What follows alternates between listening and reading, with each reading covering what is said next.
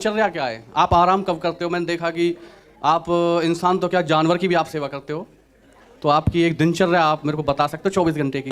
आप आराम कब करते हो? आप सभी चैनल को सब्सक्राइब कर लीजिएगा। जो भी यूट्यूब पर देख रहे हैं चैनल को सब्सक्राइब कर लीजिए और शेयर कीजिएगा। जय श्रीमन नारायण। मैं तृप्ति आप सभी का स्वागत करती हूँ अपने YouTube चैनल में। आज हम एक ऐसा इंटरेस्टिंग वीडियो देखने वाले हैं जिसमें एक व्यक्ति ने गुरु जी से पूछा उनकी दिनचर्या के बारे में। जी हाँ फ्रेंड्स, यहाँ पे प्रश्नोत्तरी में एक व्यक्ति आए, उन्होंने गुरु जी से पूछा कि गुरु जी हम आपकी दिनचर्या जानना चाहते हैं कि आप क्या क्या काम किस टाइम करते हैं। इस पर गुरु जी बहुत अच्छे से इनको बताते हैं, हम आगे इस वीडियो में देखेंगे। लेकिन उससे पहले अब मैं आप सभी से कहना चाहूंगी, अगर आप महाराज अनिरुद्धाचार्य जी को अपना गुरु मानते हैं तो मेरे इस चैनल को सब्सक्राइब कर लीजिए, या उनकी प्रश्नोत्तरी मेरे द्वारा आपको सुनना और देखना अच्छा लगता है तो आप इस वीडियो को एक लाइक जरूर कर दीजिएगा। चलिए बिना देरी करे शुरू करेंगे हम आज का ये वीडियो। और आपसे एक सवाल महाराज जी, हाँ बोलिए।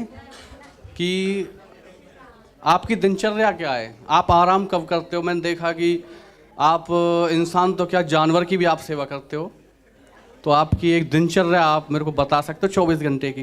आप आराम कब करते हो? सवेरे से जब उठते हैं तो सबसे पहले मैं उठकर स्नान ध्यान करके सबसे पहले योग करता हूँ।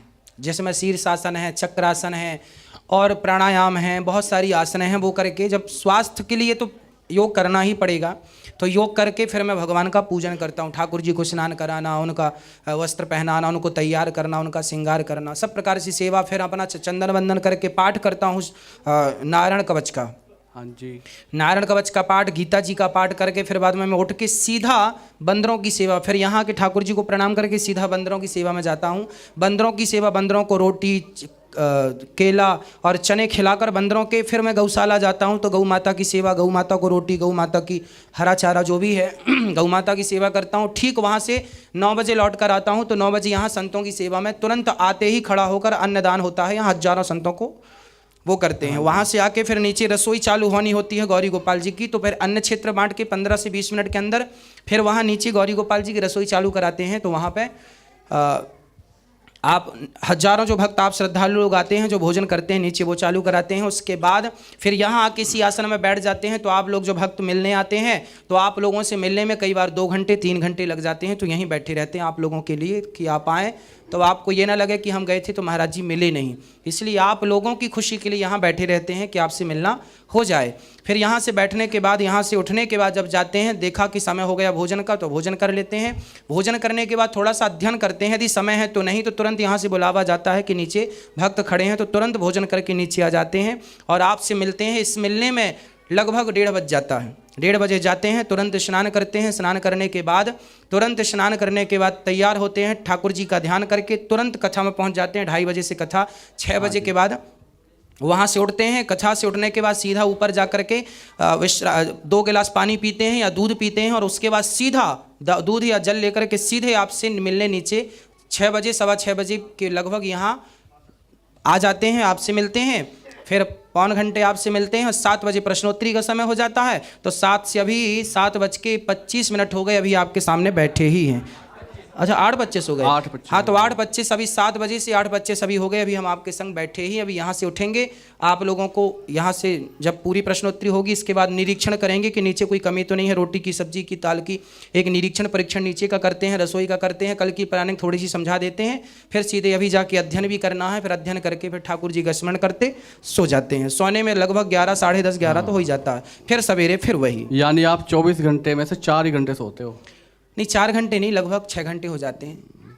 बड़ी कठिन। हाँ 5 घंटे तो हो ही जाते हैं लगभग।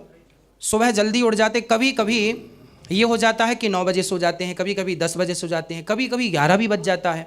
तो सोने का समय नहीं है पर निश्चित उठने का समय है। तो कभी कभी 5 घंटे सोने को मिलता है, कभी 6 घंटे मिल जाता है, और कभी कभी 4 घंटे ही सोते हैं। ये निश्चित नहीं है कि हम कंटिन्यू 6 घंटे ही सोते हैं या 5 घंटे ही सोते। कई बार 4 घंटे, कई बार 5 घंटे, कई बार 6 घंटे, ये जीवन का दिनचर्या है। पर 8 घंटे कभी नहीं सोते। हाँ जी, हम बड़े हैरान हैं महाराज जी इसी चीज़ को देख के। हम देखते हैं घर पे मम्मी पापा सब सुनते हैं कथा। हाँ। तो ये कहते हैं महाराज जी सोते कब हैं? क्योंकि हम आपको लगे ही देखते हैं, जब देखते हैं लगे रहते हो, जब भी देखते लगे रहते हो। यही कर्म योग है। यही क्या है? कर्म योग। कर्म हम कर रहे हैं और कर्म को क्यों कर रहे हैं, क्योंकि उस कर्म को हमने भगवान से जोड़ा कि ये सारा कर्म भगवान के लिए है, तो वही कर्म योग है और वही भक्ति योग भी है।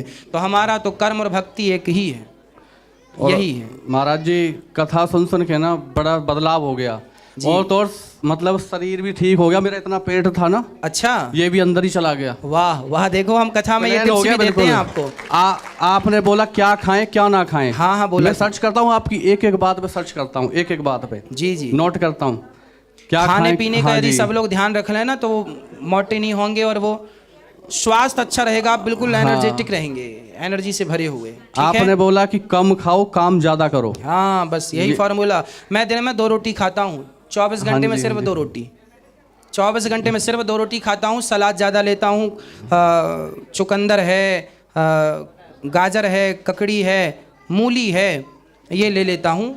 और इसके साथ साथ सब्जी दाल ज़्यादा ले लेता हूँ, थोड़ा सा मटर इत्यादि, अभी सीजन है ना मटर का हरा, तो ये मटर ले लेते हैं। 2 रोटी से मैं तीसरी रोटी नहीं खाता, बहुत भूख लगती है शाम को, तो मैं खाते नहीं हूँ। अभी जाऊँगा दूध पीऊँगा सो जाऊँगा, तो रात्रि का भोजन नहीं। किसी डॉक्टर पे इलाज नहीं पाया गुरुजी, आपने पेट घुसा दिया अंदर को, सही कर दिया। तो हमारी जो बातें कर हैं वो दिया, शास्त्रोक्त बातें हैं, बिल्कुल सटीक है। आप करेंगे तो बदलाव होगा। हमारे यहाँ किंतु परंतु नहीं है। हाँ जी, हमारे में किंतु परंतु नहीं है कि आप कर लो होगा या नहीं। ना जी, जो कह रहे हैं वो करोगे तो लाभ होगा, इसमें कोई किंतु परंतु, हाँ इसमें कोई किंतु परंतु नहीं है। तो दोस्तों कैसी लगी आपको आज की वीडियो? देखा आपने गुरुजी ने कितने अच्छे तरीके से अपने दिनचर्या के बारे में हमें और आपको बताया है। आपको क्या समझ में आया आप मुझे कमेंट सेक्शन में जरूर से बता सकते हैं, या आपकी कोई क्वेरी हो तो भी आप उसे क्लियर कर सकते हैं। इसी तरीके की वीडियो के साथ मैं फिर हाजिर होंगी, लेकिन उससे पहले आज आपको सबसे पहले कमेंट सेक्शन में लिखना होगा जय श्रीमन नारायण।